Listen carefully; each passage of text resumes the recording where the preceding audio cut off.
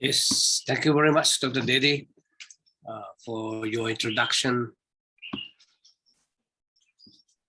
First of all, I would like to thank Inusas Bengkulu for giving me this chance, this opportunity to be with experts of English language.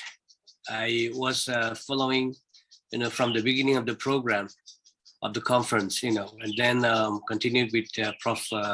Stephen Hall and then Prof. Jati. So I found that I may not be fitting in this conference because others are experts on English literature, how to teach English in this kind of, changing age and, changing the world. It's not only the pandemic, but also the moving from 3.0 to 4.0, like you have mentioned in many conferences before the coming of the pandemic at IR 4.0. Anyway, I think I may be one of input talking to the participants of currently 143 of the external engagement. Because just now we are talking about the engagement to students on for online teaching and learning, but now let me bring the participants a little bit out of the box of English and purely English learning engagement. But let me bring you to how the digital literacy or digital pedagogy, which is part of the digital literacy, as a tool of for engaging students to digital citizenship. Because by training, I'm a political scientist, and by training, I works more and then have done more research works on digital governance. So due to that, allow me for how many minutes per day? 20, 15? 45 minutes. 45 minutes, okay. Okay, I will try to finish it not more than 40 minutes, inshallah. By the way, I may read again my topic, and then there will be 2 points to discuss here. The first is a digital pedagogy, a tool for engaging students to digital citizenship. So when I talk, let me say Bismillah first. Bismillah Rahman Rahim. So by saying Basmala, by saying Bismillah Rahman Rahim, every good deeds, and we are sitting together, you are listening to me for more than 40 minutes, will be one good things for yourself and to me. And it is one of ibadah to me. When we say Bismillah, I mean we link our actions to the Almighty God, Allah Subhanahu wa Taala. So that is the ibadah. Even though you are English professors, so you are English teachers, you are English students, you are not Arabic student, or you are not teaching Arabic for people to understand the Quran well, but by knowing English or even by knowing Thai language well, some people can bring good things about Islam to the people. Especially I myself now I'm coming up to northern Thailand, where I will stay for half a month here in northern Thailand. That's why I was a bit late to send my presentation because of the movement from the south, and due to the pandemic as well, the movement from one place to another place is very difficult these days. And then let me say Assalamu alaikum in languages in order to make your conference international. I started just now in Arabic. Assalamu alaikum wa rahmatullahi wa barakatuh. Everyone knows that. Everyone did that. And then in Thai language, Assalamu alaikum wa rahmatullahi wa barakatuh, when translated in Thai language, is Kho Kwam Santi Sukh Jung Mi De Than. This is to make it international. Now you have listened to my Thai language. And for your information, my beloved participants and also speakers, if you look at the writing of Thai language, it is very close to Onochoroko. It's close to Javanese or even Sanskrit or Bali language. And the last, the third one is Peace Be Upon You. This is in English. And Salam Sejahtera ke atas Anda. Give me 2 minutes to explain about this. This is Malay language, but in southern Thailand, or as a lot of you have mentioned Patani, and the principalities of Patani, people are still using Malay and they are still writing this script. So it is very interesting for all of students of English learning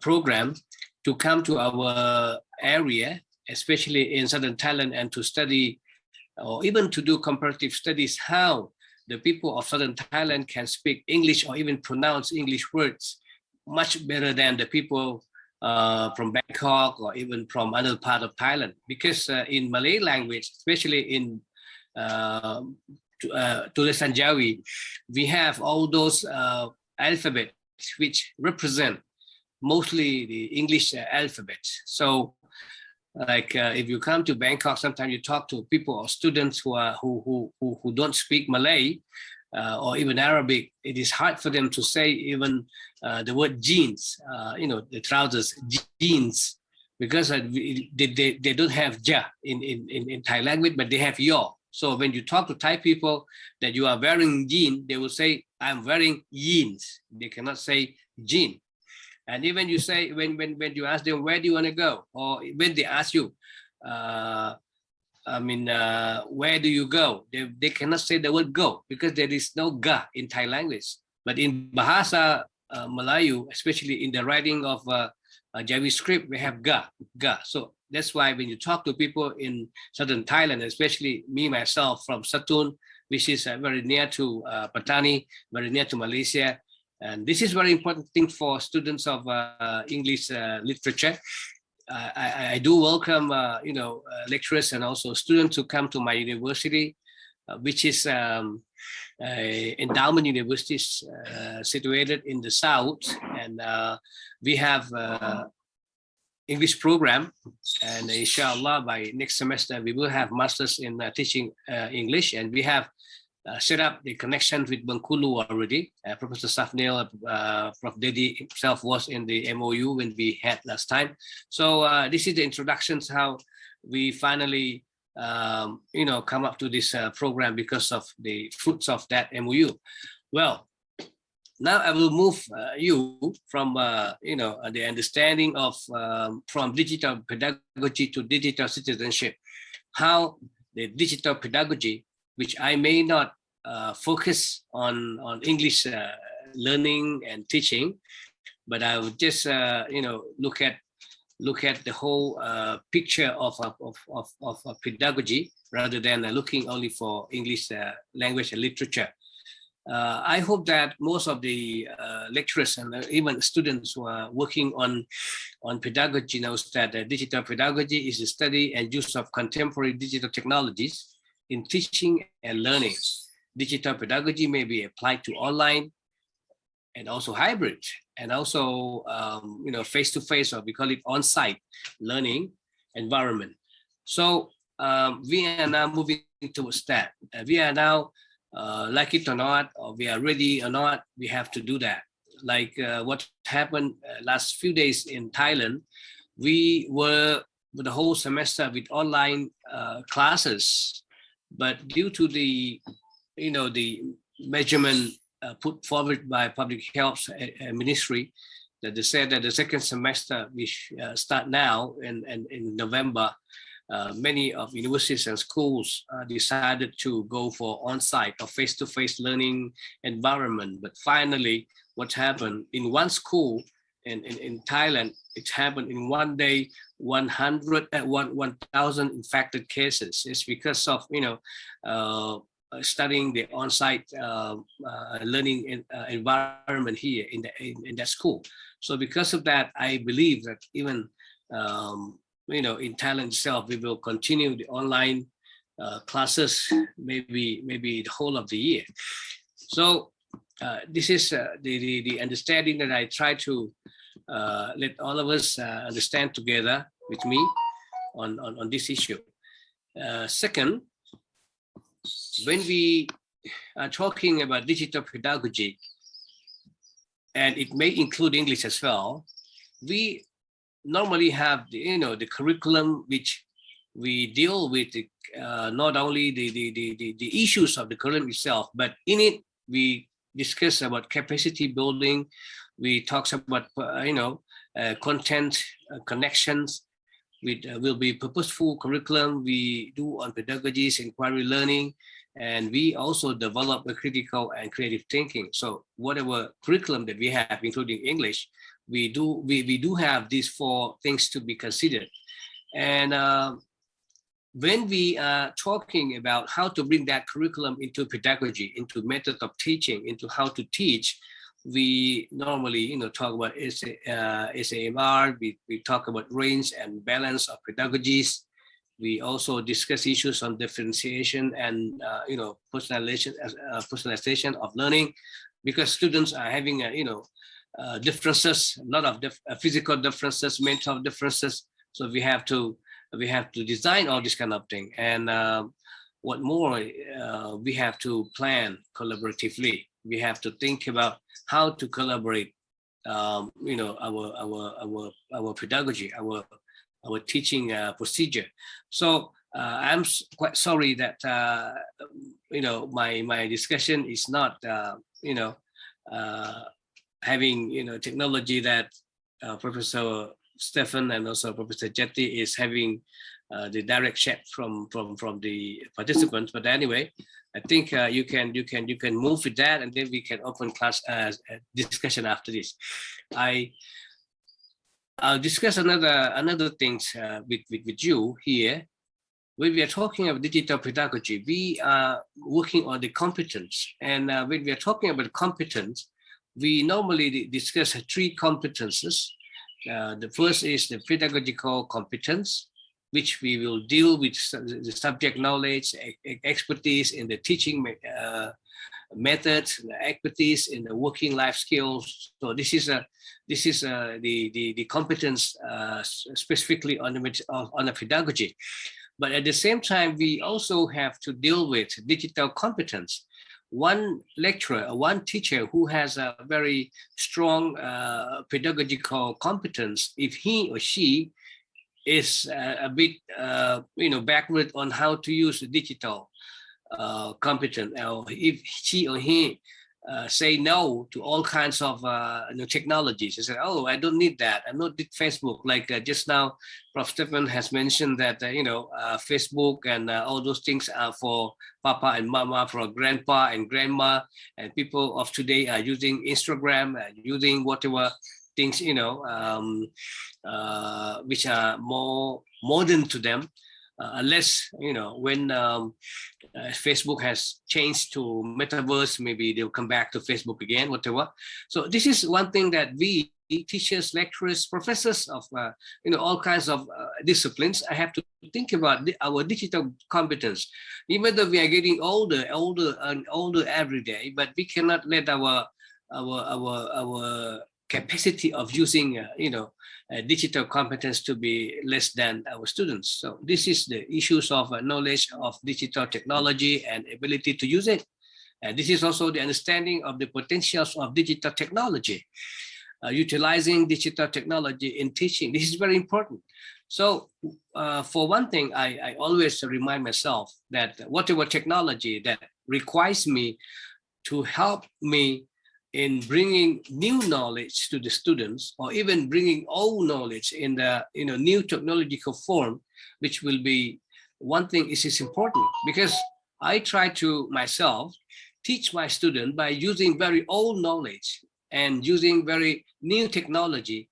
They found that old knowledge is still successful, especially if we are talking the issues of I'm teaching political science, so I still use the idea of Socrates, Aristotle, and even Plato, but bringing them into a technological form of discussion. So finally, they said that the idea is not outdated, but it depends on how you bring all ideas of 1,000 years to discuss in digital age, to make it modern and to make it open to everyone. So this is a digital competence. And the last one, which is very important for the issues of digital pedagogy, that is the ethical competence.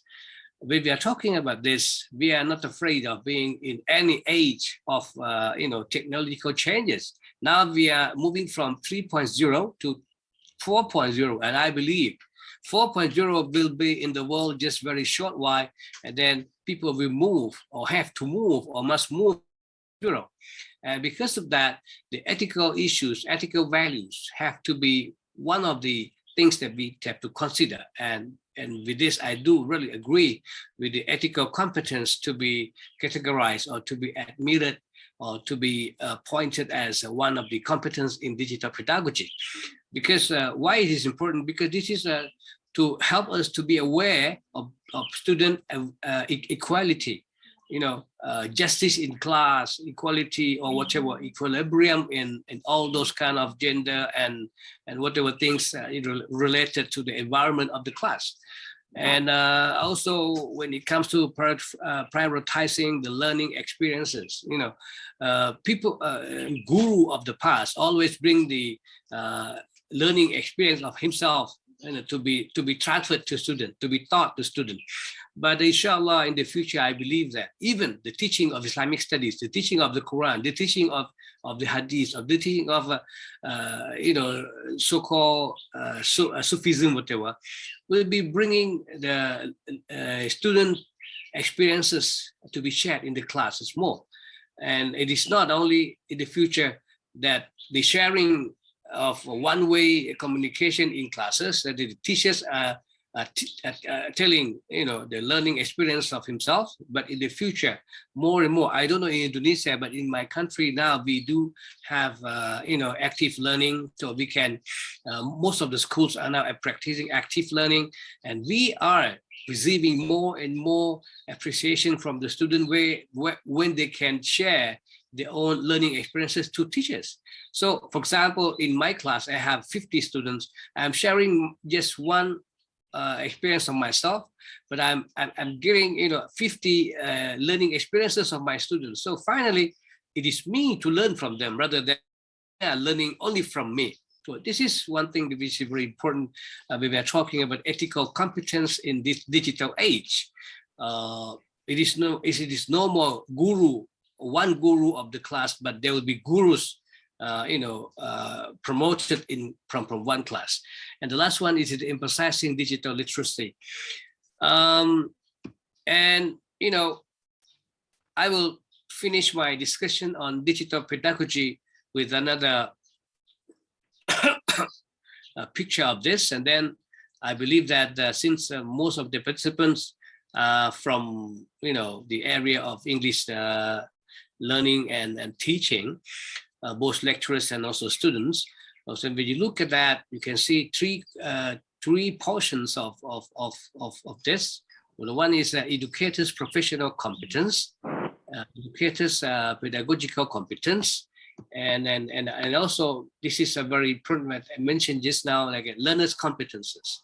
So there are three portions to be discussed in the digital pedagogy. The first, when we are talking about educators' professional competence, we have digital competencies, we have professional engagement, we have subject-specific competences for experts in one area, experts of political science, experts of mathematics, experts of English language, experts of whatever. So this is the professionalism that finally it could bring up to be one of the main competence for someone who are going to transfer the knowledge to the learners. And then you can see the connection to the second point, that is digital resources. And digital resources is in fact the transferring from professional engagement of the guru, of the educators, to finally to the student at the sixth step. You can see digital resources, and then you can see teaching and learning, and then assessment, and then empowering learners. You can see the connection between empowering learners to the sixth one, that is facilitating learners' digital competence. This is the connection from the first one, this is professional engagement, to digital resources, and then we go to teaching and learning, which are really the subject matter of today. But today we focus on online teaching and learning.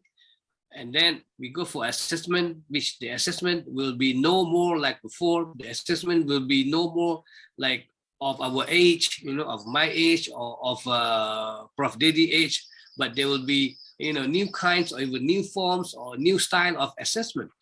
And then, online assessment is sometimes, if we misuse or abuse of the online assessment, is, it will be the distractions of our whole education.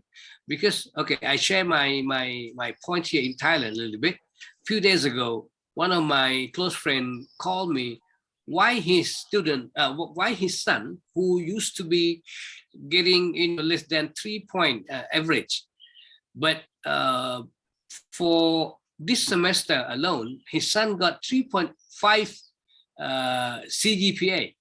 So he was surprised and he thought it is impossible. And he called me and he asked me, please, have access to the school and ask them why his son getting this, high CGPA like this. So I explained him that the assessment of the past was assessment just happened in the class, and then students go back to the school, to their houses, and they left all the books, and then they come to the school again when the exams come, and then the real assessment happened when the students sit for exam, and then the grade comes out when he submitted all the assignment, and also some marks are coming from the sitting exam, whatever. But when it comes to online assessment, I asked him, how do you find your kids when he stays at home? He said, could you be fair enough to admire, to appreciate your kids when he is able to manage his life, when he should go for foods, when he should go for classes, and when he should go for playing with friends, when he should go for entertainment. So this is the kind of assessment that happened 24 hours. It is not anymore the assessments of 8 morning to 4 p.m. in the afternoon. And this is the real life of the student. So he was thinking that by having kids coming back home and study online 24 hours is in fact distractions of the school system. I said no, it is the real education that we need, because students will not anymore think that he is a student when he go to school at 8 morning and he finish his work as a student when he comes back from school at 4 p.m. after evening.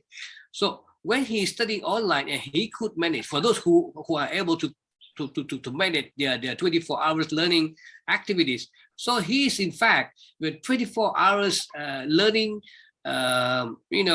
student or learners. So we should be proud of that. And the world will go for that.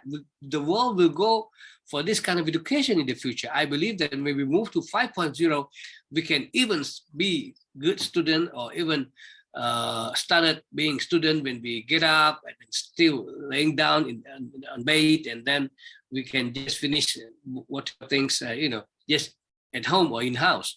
So here it needs what? It needs educators' pedagogical competencies, you can see on top of that. This is the second portion. You can see that for educators' pedagogical competences, we need digital resources. It means that the lecturer himself, the teacher himself, the professors himself must have a lot of research works. He must have a lot of research works by himself, and then finally transfer into digital forms, or he consume a digital resources from others, and finally he build up his knowledge from that references that brought from digital resources and develop for himself, and finally become himself, become Sukree, become Dedi, whatever. And then because of that, he will or she will develop his teaching, new style of teaching, new style of learning. And it is important, I mentioned digital pedagogy, because it is not only online, but it is also hybrid. It is also on-site. It is also face-to-face, whatever. And then assessment comes very important. And when it comes to this, and we are now transferring to the learners' competences, the empowering learners, the process of empowerment that happened. We are now not becoming feeding agents anymore. The lecturers or teachers or professors are not becoming somebody who just feed to the student, but the student will jump to take the food of thought by himself. The student will come to us, and then because of the empowerment system, because of the the empowering processes, finally, like the students or the learners come to get the food by themselves. So it comes to the sixth step, that is a facilitator. We are as facilitators. So the role of the teachers, the role of the literal, even professors, we are to facilitate. Oh, you go for that word, you go for that website, you go for that journals. Then we are helping them to to facilitate their digital competence. So this is what I'd like to explain, these slides, and then I'll move to the next one. This is a digital citizenship. I have got 8 principles for survival. When we are having this kind of, that allow me a few minutes more to discuss that. What I mentioned just now is in fact the digital pedagogy, which will be the process of building a citizen. And then when we are moving, or we are mobilizing our people to be digital citizenship, to be digital citizen of Indonesia, of Thailand, of Malaysia, I believe that our people are ready to be digital citizen. And then it will be no more lag behind, there won't be any more students who are left behind without readiness to become digital citizen. And then we are now talking about digital governance. We are now talking about digital governor, digital district officer. So what will be helpful for that if we don't have digital pedagogy in school, if we don't have digital learning and teaching in school which are effective, and then we are not just stop all the process in schools, all the process at the end of the semester, and then the student will do not know where to go next for his life. So now I would like to let you see when we have a strong digital pedagogy, that finally we can go with the concept of digital citizenship, where there are 8 principles. I'll finish by these 8 principles shortly, and then I will just explain all the 8 principles shortly, and then we will open discussion, or even we can leave question and answers to other professors who are really meant for this conference, because it is more of learning and teaching. But I myself, as I mentioned earlier, that I really want the participant today to feel like all things we have done today in this conference will lead us to become one of the effective and successful digital citizens of Indonesia, or of Malaysia, or Professor Stephen, or Thailand, of myself. Okay, in being digital citizen identity, we have national identity which are challenged. Just now I heard that there is student from Cambodia. So the moderator mentioned, okay, welcome a Cambodian citizen coming to ask questions, whatever. But in the future, the national identity will be no more as. National identity will be no more highlighted, but there will be like when he becomes student of Bengkulu, there will be okay, Bengkulu. I'm from Bengkulu. I'm from because the border, or the it will be borderless, and then people will not. Okay, he still love his country, but national identity will not be one thing that people will let you know more. And now when we are going somewhere, people are asking, do you use iPhone, or do you use Samsung, or do you so I becomes the community of Samsung Galaxy. Sadly, even though my friends who are coming from different countries, at the same time people around me who are using iPhones, they become iPhone identity groups. So national identity is challenged. The second one is virtual global identity replaced. This is what I mean by virtual global identity. We are rather to bring identity which is virtual. Okay, social identity also a commitment. If we are in the social groups of Facebook or social group of Instagram, social group of one thing in Thailand, use line. In Indonesia, we always you prefer WhatsApp, whatever. So in this case, social identity commitment will go to what groups that we belong rather than national identity. We are not in Zoom. We are in Zoom social identity group rather than Pak Dedi is Indonesian, I'm Thailand, whatever. And now we are sharing knowledge. We are sharing not only knowledge but also practices. This is very important for us, for all of us. Then next one, screen time management. This is very important. Accessibility to screen. Just now, we can have one stop service with one screen. We can do everything. We can, control and command of screen, balance of live screen and virtual screen. If, for example, we are working on screen for our classes, and can you imagine the student have to start facing the screen from 8 morning to 12, and then they go for praying, for eating, for lunch, then they start again at 1 p.m. on screen, 4 p.m. screen, and at night they may have their after having 8 hours of virtual life, then what about the real life? So this is one thing that screen time management will be one of the better that we have to discuss in the future. The third one is cyberbullying management. Perception and acceptance, cyber conflict and cyber violence, and then cyber law development. I don't have time to discuss each of it, but I think all participants are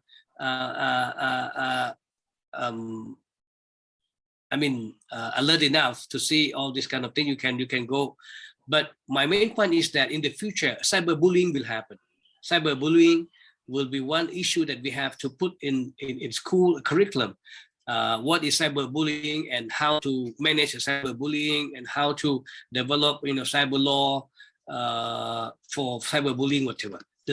The fourth one is cybersecurity management, data security system. Whatever we are talking today, this is in fact the subject, the curriculum, or the whole structure of the program. This is related to data, and all the data is something that we need to talk about, data security system, because I'm teaching online or I'm teaching on site, whatever, but I do have grade of the student, and the process of grading is secret, is something confidential. So this is a cybersecurity that sometimes we have to be careful of being hacked, because it happened last 20 years ago, where a student go to teacher's table in school at night in order to get to change the grade.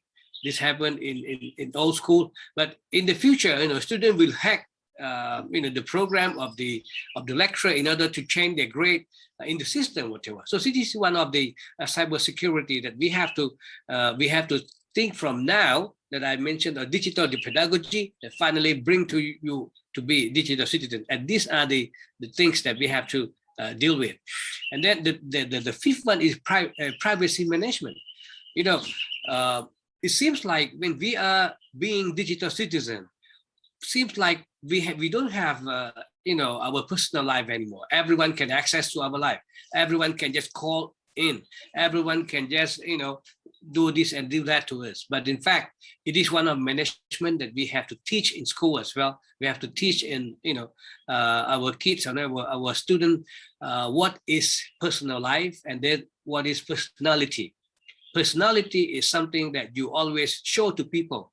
What is your what we call it, your ID photo of your Facebook, whatever. I forgot what is we call it, but you still have your personal, that you don't have to put everything in your data. But when we're talking about your personality, that's something that you want to show to people, you want people to know you, by not using your nickname or whatever. And the second one is that sharing and accountability. Whatever you count, whatever you share, you have to be accountable for it. You have to be ready to be sued in the court, whatever. And then the last one is that being private, being intra-private, and being inter-private.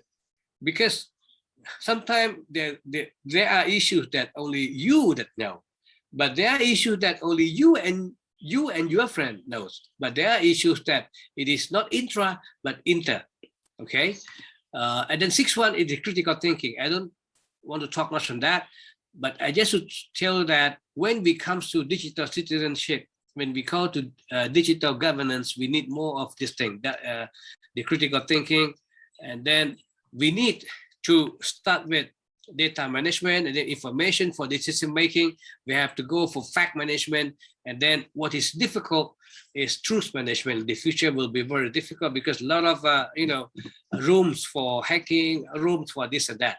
And then the last the seventh one is the digital footprints, rethinking what to be shared, rethinking what to be left, rethinking what to be sustained digitally.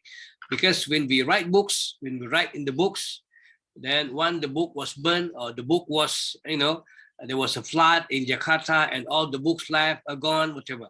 But when we are working on digital things, when it becomes digital footprints, you cannot change anymore. It is already there, even though anything happens, tsunami comes again.